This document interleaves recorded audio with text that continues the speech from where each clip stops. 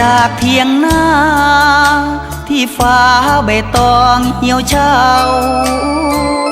ลายมือแฟนเก่าเจ้าจำได้บ่โนนางานบุญพเวเดือน4 ปีแล้วเอวบา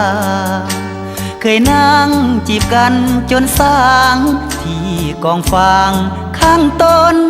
สะดาวหากอ่านจดหมายพี่ชายบรรยายอักษรไว้เนื้ออ่อนรีบจรย้อนมาบ้านเฮาควายมันร้องไห้ตายายตายแล้วน้องยาวโทรก็เจอคนอื่นเขาบอกว่าเจ้านั้นไปหลายวันข่าวลือมาตายายล้มป่วยว่าว่างจากงานเสริมสวยไปทำโอด้วยหรือนั้นโอได้ไหมว่ามีโอดาราเงินพันเห็นนรกเป็นสวรรค์จะโศกสันวันสิ้นโสภากลับเถิดหน้ามนทุกคนกังวลใจเหงายังรอคอยเจ้า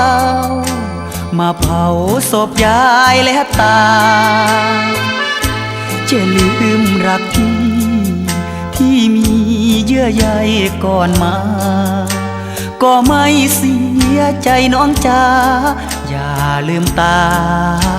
ยายที่เลี้ยงนา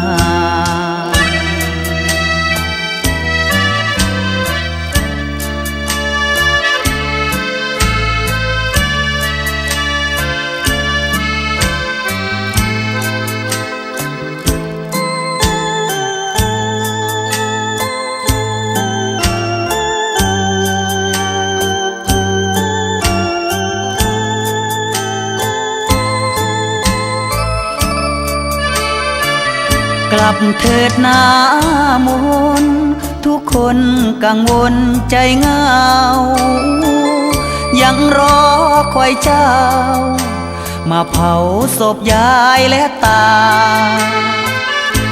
จะลืมรัก